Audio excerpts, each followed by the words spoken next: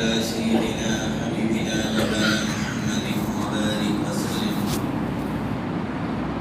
اللهم صل على سيدنا حبيبنا مولانا محمد وبارك وسلم. اللهم صل على سيدنا حبيبنا مولانا محمد وبارك وسلم. نحمده ونصلي على رسوله الكريم، أما بعد. أعوذ بالله من الشيطان الرجيم. بسم الله الرحمن الرحيم. إنهم كانوا إذا قيل لهم لا إله إلا الله يستكبرون. صدق الله مولانا العظيم. عزیز دوستوں، قرآن اور حدیث کے حوالے سے دو بہت اہم باتیں آپ حضرات کو سنانی تھی، عرض کرنی تھی، جو اللہ پاک نے قرآن کریم کی اس آیت میں بیان فرمائی. ایک بات پچھلے جمعے کو سنائی جا چکی ہے کہ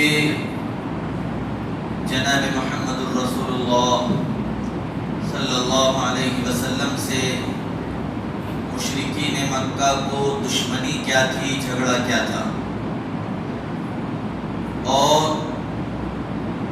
آپ علیہ السلام سے پہلے بھی انبیاء کرام علیہ السلام پر جو لوگوں نے ظلم کیا، ستایا، تکلیفیں پہنچائیں، تو جھگڑا کیا تھا وہ کل پچھلے جمعے کو اس بات پر تفصیلی روشنی ڈالی جا چکی ہے کہ جھگڑا مشرکین مکہ میں اور جناب رسول اللہ صلی اللہ علیہ وسلم کے درمیان میں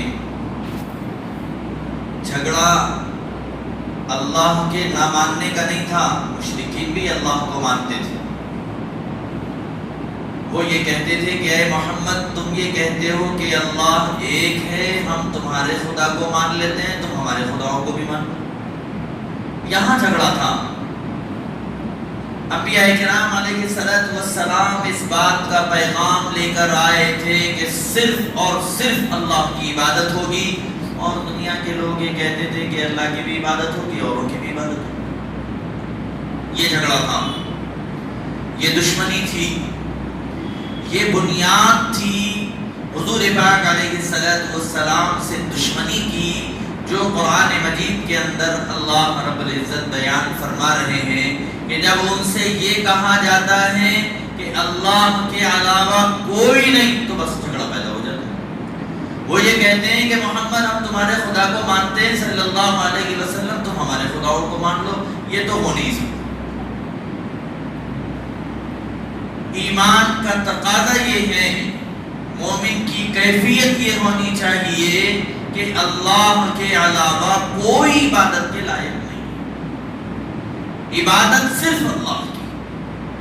سر جھکایا جائے گا تو اللہ کے سامنے سر جھکایا جائے گا، غیر اللہ کے سامنے یہ جبین نیاز نہیں رکھی جائے گی. اللہ ایک ہے، اللہ کے علاوہ کوئی عبادت کے لائق نہیں. یہ بات اتنی آسانی سے دل میں نہیں پیدا ہوتی. ہم زبان سے کہتے رہیں اللہ کے علاوہ کوئی عبادت کے لائق نہیں، اور شرکیہ کام کرتے رہیں تو ہماری زبان کا دعویٰ بیکار. ہم یہ اقرار کریں کہ اللہ کے علاوہ کوئی حاجت روا نہیں، کوئی ضرورتیں پوری کرنے والا نہیں، اور دل میں یہ ہے کہ وہاں گئے تو ہو جاتا، یہاں گئے تو ہو جاتا، ان سے ہو جاتا، ان سے ہو جاتا، تو بھی ہم کامل ایمان والے. اللہ کو مانا جائے گا، اور اللہ نے جو ذرائع اختیار کرنے کا حکم دیا ہے ان کو اختیار کیا جائے گا. یقین اللہ کی ذات پر کام اللہ سے ہوگا. اللہ کس کو ذریعہ بنائیں گے وہ اللہ جانتے ہیں. بیماری کو اللہ دور کریں گے، کس ڈاکٹر کے ذریعے کریں گے وہ اللہ جانتے ہیں۔ روزی اللہ دیں گے، ہمارا کام ہے صبح ہو جائے حلال روزی کی تلاش میں نکل جاؤ، اللہ کہاں سے دیں گے اللہ کو معلوم ہے۔ دیں گے اللہ، کریں گے اللہ، ہوگا اللہ سے، ہوگا اللہ کے حکم سے۔ اللہ کے علاوہ کوئی حاجت روا نہیں، کوئی عبادت کے لائق نہیں۔ کفار مکہ اللہ کو مانتے تھے، اللہ کے ساتھ بتوں کو بھی مانتے تھے۔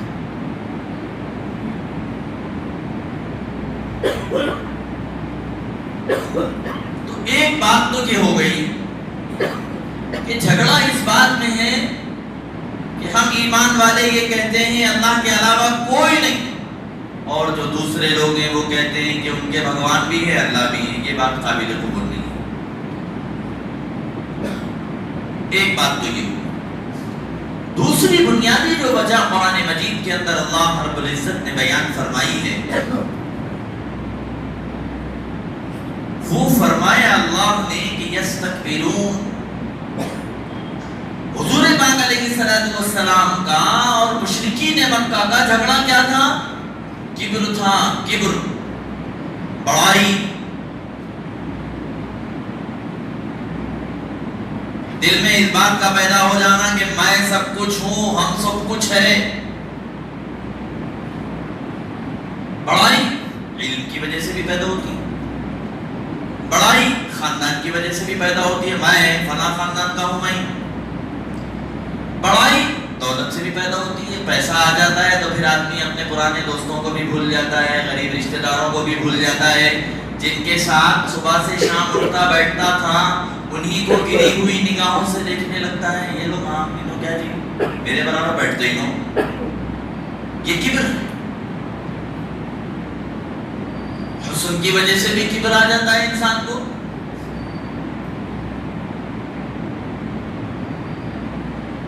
یہ کبر جو ہے، یہ بڑائی جو ہے، جب یہ کبر پیدا ہوتا ہے تو پھر آدمی ہدایت کا پیغام قبول نہیں کرتا۔ سیدھی بات آدمی کو سمجھ میں نہیں آتی۔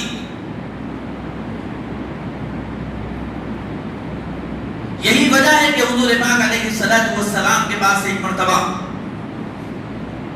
پیغام بھیجا مشرکین مکہ نے کہ اے محمد صلی اللہ علیہ وسلم، ہم تمہاری بات کو مان لیں گے اور تم پر ایمان لے آئیں گے، مگر تمہارے اطراف جو یہ غریباں وریباں بیٹھے ہوئے رہتے نا، ہم ان کے ساتھ نہیں بیٹھ سکتے، ہم ان کے ساتھ نہیں بیٹھ سکتے۔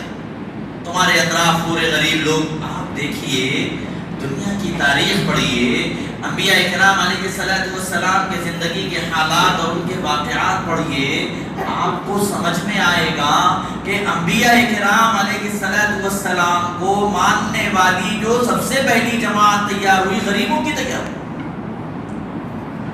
غریبوں نے فوراً اللہ کی بات کو مانا۔ کیوں؟ ان کے پاس غرور نہیں تھا، تکبر نہیں تھا، دولت کا نشہ نہیں تھا۔ انہوں نے دین کی بات کو قبول کیا، اللہ کی بات کو قبول کیا، اللہ کے پیغام کو قبول کیا، اللہ کی طرف سے آئے ہوئے نبیوں کی بات کو مانا۔ حضور پاک علیہ السلام کے ساتھی بھی جو ابتدا میں اسلام لے کر آئے تھے غریب مسلمان تھے، پیسے والے سرداراں خانداناں یہ تو سب اکڑ کے پھر رہے تھے خالی حضور کی دشمنی میں، غریب لوگ ایمان لا رہے تھے۔ بلال ایمان لے آئے تھے، عمار ایمان لے آئے تھے، خباب ایمان لے آئے تھے۔ غریبوں کی ایک جماعت حضور پاک علیہ السلام پر ایمان لا چکی تھی، اور دن رات حضور پاک علیہ السلام کے ساتھ رہتے تو ان مالداروں نے، ان سرداروں نے، ان بدماشوں نے حضور پاک علیہ السلام سے کہا کہ آپ ایک کام کرو، یہ جو آپ کے آزو بازو رہتے نا غریباں بیٹھے ہوئے، ایسے ذلت کے ساتھ بولا، یہ غریباں جو بیٹھے ہوئے رہتے نا آپ ان کو ہٹاؤ، ہم ان کی موجودگی میں تو اسلام نہیں لا سکتے، آپ ان کو ہٹاؤ، ہم آپ کے پاس آ کر بیٹھیں گے اور اسلام قبول کر لیں گے۔ حضور پاک علیہ السلام تو دن رات کی طلب یہی تھی کہ ساری دنیا ایمان والی ہو جائے، اللہ کے سب بندے اللہ کو ماننے والے ہو جائیں۔ حضور پاک علیہ السلام نے دل میں ارادہ فرمایا کہ تھوڑی دیر کے لیے میں اپنے ساتھیوں کو ہٹا دیتا ہوں، وہ لوگ آئے اور آنے کے بعد میں ہو سکتا ہے کہ میرا لایا ہوا دین قبول کر لیں، اللہ کی بات کو ماننے والے بن جائیں۔ حضور پاک علیہ السلام کے دل میں خیال آیا، اللہ نے وحی بھیجی کہ اے محمد صلی اللہ علیہ وسلم، یہ غریب لوگ جو آپ کے پاس بیٹھے ہوئے ہیں، ان مالداروں سے زیادہ ان کا مقام ہے اللہ کے پاس، آپ کو اپنے پاس سے ان کو ہٹانے کی ضرورت ہے۔ آپ ہٹا بھی دیں گے تو یہ بدماش، یہ غرور کرنے والے، یہ اکڑنے والے، یہ اپنی سرداری پہ اکڑنے والے، اپنی دولت پہ اکڑنے والے، اپنی طاقت پہ اکڑنے والے، یہ آپ کی بات کو ماننے والے۔ تو غرور کا سب سے بڑا نقصان یہ ہوتا ہے کہ آدمی ہدایت کو قبول نہیں کرتا، آدمی دین کی بات کو قبول نہیں کرتا، سیدھی بات اس کے سمجھ میں نہیں آتی۔ یہی غرور تھا جس نے حضور پاک علیہ الصلوۃ والسلام جیسی مبارک ذات کا بھی دشمن بنا دیا تھا، مشرکین مکہ کو دشمن بنا دیا، اور وہ یہ سمجھتے تھے کہ حضور پاک علیہ الصلوۃ والسلام یہ دین کی محنت اس لیے کر رہے ہیں کہ یہ ہم سے بڑے بننا چاہتے ہیں، ہمارا سردار بننا چاہتے ہیں، اور ہمارا بادشاہ بننا چاہتے ہیں۔ ایسے الزامات اور ایسے خیالات کرنے لگے۔ حضور پاک علیہ الصلوۃ والسلام کے پاس آ کر پیشکش کرنے لگے کہ محمد صلی اللہ علیہ وسلم، اگر تم یہ چاہتے ہو کہ ہمارے سردار بن جاؤ تو ہم تمہیں سردار بنانے کے لیے تیار ہیں، مگر تم یہ دین اور دعوت کی محنت چھوڑ دو۔ اگر تم یہ چاہتے ہو کہ مکے کی سب سے خوبصورت لڑکی سے تمہاری شادی کر دی جائے، ہم تیار ہیں، تم یہ دین کا کام چھوڑ دو، تم یہ دعوت کا کام چھوڑ دو۔ حضور پاک علیہ السلام نے فرمایا تھا، تم میرے ایک ہاتھ میں سورج اور ایک ہاتھ میں چاند ملا کر رکھو گے تو میں اس دین کے کام کو چھوڑ دوں گا۔ تو یہ جو کبر ہے، اس کبر کا نقصان یہ ہے کہ یہ اگر ہمارے دل میں پیدا ہو جائے تو پھر ہدایت سے محروم ہو جاتا ہے، اور اللہ کو پسند نہیں ہے، بڑائی اللہ کو پسند نہیں ہے، بڑائی اللہ کو پسند نہیں ہے، بڑے اللہ ہیں، بس ختم ہو گئی بات۔ حضور پاک علیہ السلام نے فرمایا، غرور اور بڑائی یہ اللہ کی چادر ہے، اگر کوئی انسان غرور اور بڑائی کرتا ہے تو گویا وہ اللہ کی چادر کو کھینچ رہا ہے، اللہ کی چادر کو کھینچ رہا ہے۔ تو یہ ایک ایسی برائی ہے جو ہمارے دل کے اندر پیدا ہوتی ہے۔ جب غرور اور کبر پیدا ہو جاتا ہے تو پھر انسان ہدایت سے محروم ہو جاتا ہے۔ بڑائی کیا، میں بڑا ہوں، چار پیسے آ گئے تو اکڑ کے چلنا شروع کر دیے، غریبوں کو گری ہوئی نگاہوں سے دیکھنا شروع کر دیے، اللہ نے صحت دے دی تو اکڑ کے چل رہے ہیں۔ 2 منٹ لگتے ختم ہونے میں، 2 منٹ لگتے۔ یاد رکھیے، جو کچھ آپ کے اور ہمارے پاس ہے وہ اللہ کا دیا ہوا ہے، اللہ کی امانت ہے، اور یہ سب کچھ اللہ نے ایک وقت مقررہ کے لیے دیا ہے، پھر واپس لے لیں گے۔ اللہ نے ہمیں زندگی دی ہے، اب قیامت تک ہم اور آپ یہاں زندہ رہنے کے لیے نہیں آئے، یہ زندگی جانے والی ہے، ختم ہو جائے گی یہ زندگی۔ بڑے بڑے دولت مندوں کو ایک رات میں غریب ہوتے ہوئے دیکھا ہے دنیا نے، بڑے بڑے دولت مند۔ 2002 میں گجرات میں فسادات ہوئے تھے،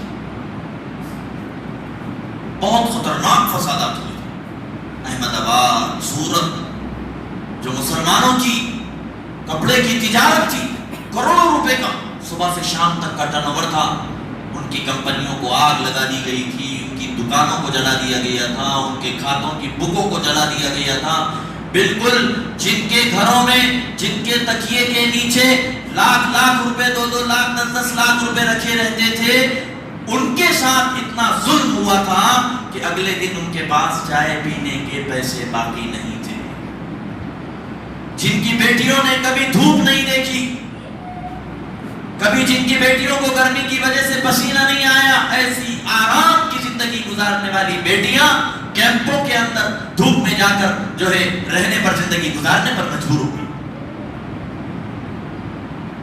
آدمی کو اپنی کسی چیز پر اکڑنے کی ضرورت نہیں ہے، شکر ادا کرو، اللہ نے صحت دی ہے، اکڑنے کی ضرورت نہیں ہے، شکر ادا کرو۔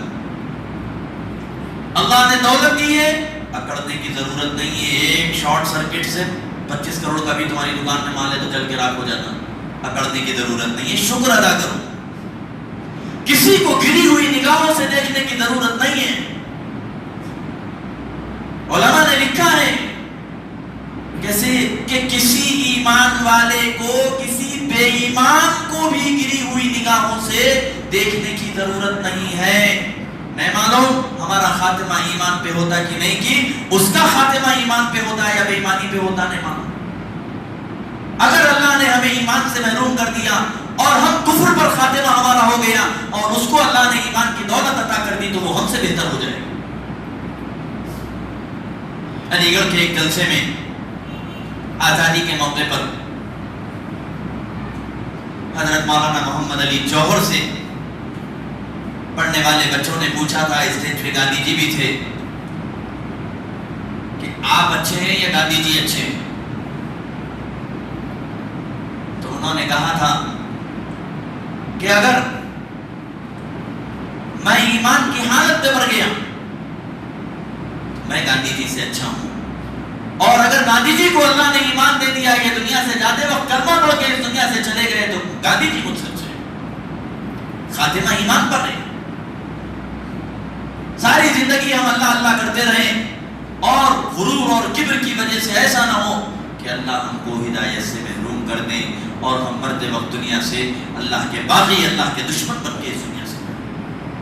شکر کرنے کی ضرورت ہے, اکڑنے کی ضرورت نہیں, ایمان پر بھی اکڑنے کی ضرورت نہیں ہے. ڈرتے رہنا ہے, ڈرتے رہنا ہے. ہزاروں واقعات دنیا میں ہم دیکھ رہے ہیں. کل تک جو ایمان اور دین کی جو ہے خدمت میں لگے ہوئے تھے آج وہ غیروں کا دین قبول کر کے ان کے دین کی تبلیغ میں کام کر رہے ہیں. کتنی ایسی فیملی ہیں, کتنے ایسے خاندان ہیں آندھرا پردیش کے جو مسلمان تھے, عیسائی دعوت سے متاثر ہو کر پوری کی پوری فیملی جو ہے دین کو چھوڑ کر عیسائی بن گئی ہے, اور عیسائی جو ہے چرچوں کے اندر جا کر ہفتے کے دن عبادتیں کر کے اور وہ عیسائیوں کی تبلیغ کا کام کر چھین لیا. اللہ نے ایمان کو چھین لیا. کتنے ایسے لوگ ہیں جو مسلمان گھروں میں پیدا ہوئے, قرآن جانتے, قرآن پڑھنا جانتے, دینی گھرانے میں پیدا ہوئے. اللہ نے نہ جانے اللہ کس بات سے ناراض ہوا, اللہ نے دین و ایمان سے محروم کر کے ان کو قادیانی بنا دیا اور وہ قادیانیت کی دعوت کا اور قادیانیت کی جو ہے تبلیغ کا اور ان کے جو ہے غلط دین کی کام میں لگا دیا. اللہ نے ان کو محروم کر دیا. اسی لیے نہ اپنی صحت پر اکڑنے کی ضرورت ہے, نہ اپنی دولت پر اکڑنے کی ضرورت ہے, نہ اپنے خاندان پر اکڑنے کی ضرورت ہے, نہ اپنے ایمان پر اکڑنے کی ضرورت ہے. ایمان تو بہت نازک چیز ہے, یاد رکھو. ہم جس فتنوں کے زمانے میں گزر رہے ہیں یہ تو وہ زمانہ ہے. حضور پاک علیہ السلام نے فرمایا تھا قیامت کے قریب دجال آئے گا, دجال آئے گا, اور فرمایا دجال سے پہلے دجاجلہ آئیں گے. فرمایا دجاجلہ آئیں گے, چھوٹے چھوٹے دجال کی شکل میں فتنے آئیں گے. فرمایا اور کیا ہوگا, وہ فتنے کیا کریں گے, وہ ایسا فتنوں کا زمانہ ہوگا. ہم یہ سمجھتے ہیں کہ یہ وہی زمانہ ہے کہ آدمی, حضور نے فرمایا آدمی صبح میں مومن اٹھے گا اور شام کو کافر ہو جائے گا, شام کو مومن رہے گا, صبح کافر ہو جائے گا. اکڑنے کی ضرورت نہیں ہے, ڈرنے کی ضرورت. جتنی اللہ نے نعمتیں دی ان نعمتوں پر اکڑنے کی ضرورت نہیں ہے, اللہ کا شکر ادا کرنے کی ضرورت. 1 منٹ میں صحت چلے جاتی ہے انسان کی, 1 منٹ میں چلے جاتی. اپنی گاڑی سے ڈاکٹر کے پاس جاتے ہیں. ابھی غالباً رمضان سے پہلے کا واقعہ ہے. ہمارے جاننے والے ایکٹیوا گاڑی تھی ان کے پاس, ایکٹیوا سے گئے ہو کپیلا ہوٹل کے سامنے ایک ہاسپٹل ہے وہاں حیدرآباد سے ڈاکٹر آتا بول کے, اپنی ایکٹیوا گاڑی سے گئے. اور جانے کے بعد ڈاکٹر سے ملاقات ہوئی. ڈاکٹر نے کہا کہ آپ کی طبیعت ذرا برابر نہیں دکھ رہی, ٹیسٹا ایکو کرانا پڑتا بول کے بڑے بڑے ٹیسٹا کرایا. کرانے کے بعد رپورٹاں دیکھ کے ڈاکٹر بولے کیسا آئے آپ؟ وہ بیچارے اچھے گئے ایکٹیوا, کیسا آئے آپ؟ گئی کو صاحب پورے والا بندے آپ کہ آپ کا بچنا مشکل ہے, سیدھا حیدرآباد چلو, آپریشن کرنا پڑتا, بائی پاس کرنا پڑتا, یہ کرنا پڑتا, وہ کرنا پڑتا بول کے ان کو جب ایمبولینس بک کر کے حیدرآباد بھیجے, حیدرآباد لے کے گئے. اور کیا آپریشن کرے کیا کرے نہیں معلوم, اتوار کے دن میت ہی گھر کو آئی. بات کی اکڑ ہے؟ کس بات کی اکڑ ہے؟ ہمارے ایک دوست کا پچھلے سال انتقال ہوا کلاسک شادی خانے میں. کھانا کھائے, باتیں کر لیے, ڈکاشن کا اسٹال لگا ہوا تھا, ڈکاشن پی لیے, طبیعت خراب ہو رہی, کیسا کی چھوڑا بول کے ہاتھا پیرا ٹیڑے کرے, روح نکل گیا. مرنے گئے تھے شادی خانے کو. شادی خانے کیوں گئے تھے؟ تیار ہو کے, کپڑے پہن کے زبردست, پورے خاندان والوں سے ملاقات کرے, کھانا کھائے, ڈکاشنا پی لیے, بیٹھے باتاں کرے, سب سے ملاقات کر لیے, بول کے گئے تھے گھر والوں کو میں ذرا مرنے کو جا رہا ہوں شادی خانے میں. کوئی بھروسہ نہیں زندگی. اللہ فرما رہے وَإِنَّا لَنَحْنُ نُحْيِي وَنُمِيتُ, ہم نے تم کو زندگی دی ہے اور ہم ہی تم کو موت دینے والے. اکڑ کس بات کی؟ اکڑ کس بات کی؟ یاد رکھیے دنیا میں کوئی چیز جب ہم ہی باقی رہنے والے نہیں ہیں تو ہمارے ہاتھ کے بنے ہوئے چیزاں باقی رہتے نہیں رہتے. گھر بناؤ 40 45 50 سال میں اس کی عمر ہو جاتی, ادھر سے جھڑنا شروع ہوتا, ادھر سے گرنا شروع ہوتا, خراب ہو جاتا. گاڑی لیو 5 سال 2 سال 4 سال اچھی چلتی, خراب ہونا شروع ہو جاتا. گھر میں پانی پینے کی مشین لاؤ 4 دن اچھی چلتی, خراب ہونا شروع ہو جاتا. دنیا کی کسی چیز میں بھی آپ غور کر لیجئے, اللہ رب العزت نے یہ دنیا میں جتنی چیزیں بنائی ہیں یا انسان کو اتنی عقل دی ہے کہ وہ اللہ کی دی ہوئی چیزوں سے فائدہ اٹھا کر کوئی ایک نئی چیز بنا لے. جیسا کہ اللہ نے فرمایا وَأَنزَلْنَا الْحَدِيدَ, ہم نے لوہے کو اتارا تمہارے لیے. اب انسان کو علم دیا گیا, انسان لوہے کے ذریعے سے سلاخ بناتا ہے, لوہے کے ذریعے سے ٹین بناتا ہے, لوہے کے ذریعے سے چادر بناتا ہے, لوہے ٹین کی چادر بناتا ہے, لوہے کے ذریعے سے چھتا بناتا ہے, لوہے کے ذریعے سے ہزاروں چیزیں دنیا میں بن رہی ہیں. لوہا تو اللہ نے دیا نا, انسان لوہا نہیں پیدا کر سکا آج تک. لوہے کو پگھلا کے گرم کر کے گشتوں میں کر کے چمچا بنا لیا, بھگونا بنا لیا, لوہا نہیں بنا سکا انسان. یہ اللہ کی قدرت ہے. لیکن جتنی چیزیں انسان اپنی محنت کر کے کوشش کر کے اللہ کے دیے ہوئے علم کی برکت سے بناتا بھی ہے, وہ سب ختم ہو جانے والی. 100 منزلہ بلڈنگاں بن رہے, 100 منزلہ بلڈنگاں بن رہے. دبئی میں وغیرہ میں تو 165 منزلہ بلڈنگ ہے, مگر انجینئر صاحب نے شروع میں لکھ کے دے دیا کہ صاحب 100 سال سے زیادہ یہ بلڈنگ نہیں ٹھہر سکتی. دنیا کی سب سے مضبوط بلڈنگ بول کے بنائے, بڑے بڑے دنیا کے ہر ملک کے بڑے لوگ جا کے وہاں پہ گھر خرید رہے, فلیٹ خرید رہے, اور سب کو معلوم ہے کہ صاحب صرف 100 سال کا ایگریمنٹ.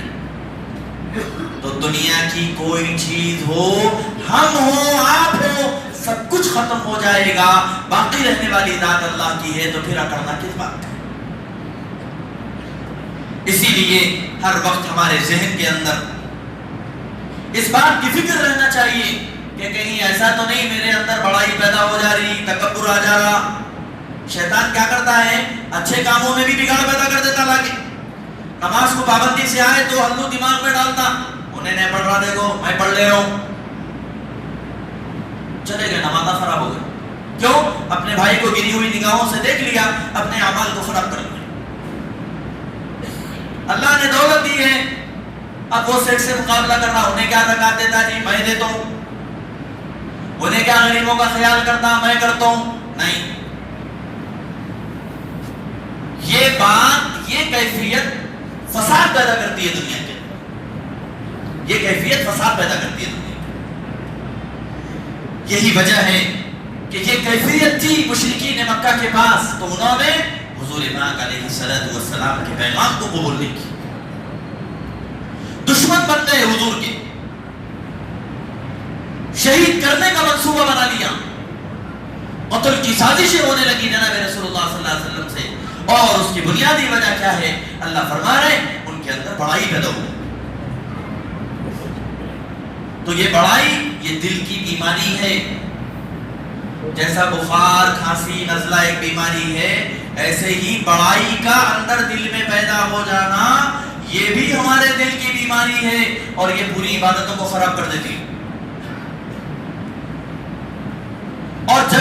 برائی ہمارے دل کے اندر پیدا ہوتی ہے تو پھر ہدایت کا قبول کرنا مشکل ہو جاتا ہے، پھر آدمی گمراہی کے راستے پر چلنے لگتا ہے، حق بات سے محروم ہو جاتا ہے۔